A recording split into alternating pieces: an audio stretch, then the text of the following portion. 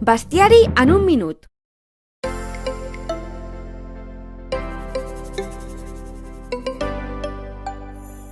Castelló de la Plana és una ciutat amb moltes bèsties i a més molt actives. Rafael Pérez, de l'associació Botafocs, explica el perquè.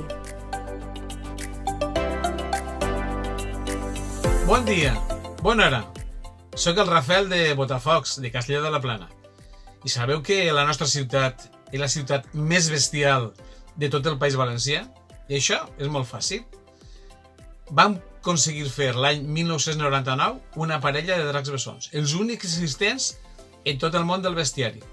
Posteriorment van fer la víbria i seguidament 6 elements de bestiari infantil, per concloure, per Sant Antoni, a la nostra Haca Traca Malafa. I tot això se junta amb una trobada de bestiari domèstic al mes de gener per Sant Antoni i una trobada de bèsties de foc al mes de juny. Ja es direu si som o no som una ciutat bestial. Esteu convidats. Fins ara!